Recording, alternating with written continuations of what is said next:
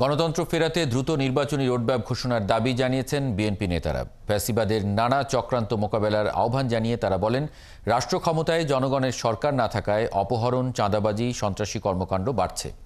লাগামহীন নিত্যপণ্যের দামও। কক্সবাজার, মৌলভীবাজার, চাঁদপুর, বগুড়া, মাদারীপুর সহ দেশের বিভিন্ন জেলায় সমাবেশে এসব কথা বলেন বিএনপি নেতারা।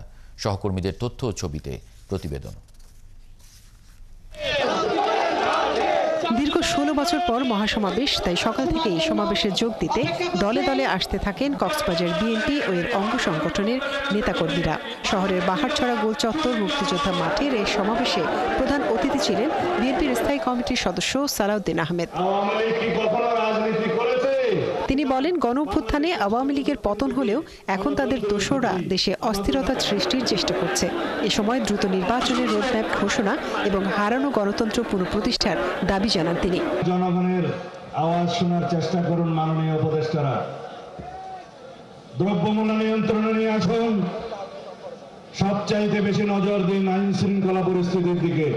বগুড়া শহরের আলফাতুন্নেসা খেলার মাঠে বিশাল এক জনসভার আয়োজন করে বিএনপি। এ সময় বিএনপি চেয়ারপারসনের উপদেষ্টা বীর মুক্তিযোদ্ধা মোহাম্মদ আব্দুস সালাম অন্তর্বর্তী সরকারের সমালোচনা করে দ্রুত নির্বাচনের দাবি জানান। এছাড়া নেতাকর্মীদের ঐক্যবদ্ধ থাকার আহ্বান জানান তিনি।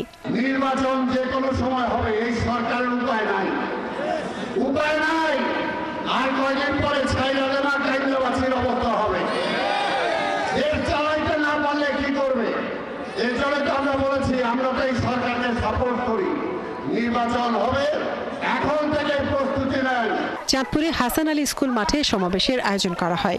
সেখানে বিএনপির ভাইস চেয়ারম্যান আব্দুল আওয়াল মিন্টু বলেন, ষড়যন্ত্রকারীরা জাতীয় নির্বাচনের আগে স্থানীয় নির্বাচন চায়। তাদেরকে গণতান্ত্রিকভাবে কড়া জবাব দেওয়ার হুঁশিয়ারি দেন তিনি। মৌলভীবাজার পৌরসভা চত্বরে অনুষ্ঠিত সমাবেশে অংশ নেন কয়েক হাজার নেতাকর্মী। প্রধান অতিথির বক্তব্যে সংস্কারের কথা বলে সময় নষ্ট না করে দ্রুত নির্বাচন দেওয়ার দাবি জানান বিএনপি চেয়ারপারসনের উপদেষ্টা আরিফুল হক চৌধুরী। সংস্কারের কথা বলে সময় ক্ষেপণ না করে প্রয়োজনীয় সংস্কার শেষ করে অনতিবিলম্বে নির্বাচনের তারিখ ঘোষণা করে জনগণের সরকার প্রতিষ্ঠার জন্য আপনারা তারিখ ঘোষণা করে জনগণকে আশ্বস্ত করবেন। এছাড়া বিভিন্ন জেলায় অনুষ্ঠিত সমাবেশে বিএনপির নেতাকর্মীরা দাবি করেন, নির্বাচন নিয়ে ষড়যন্ত্র চলছে। জাতীয় সংসদ নির্বাচনের আগে অন্য কোনো নির্বাচন হতে দেবে না বিএনপি। মনিরা কাজুরি, ৭১।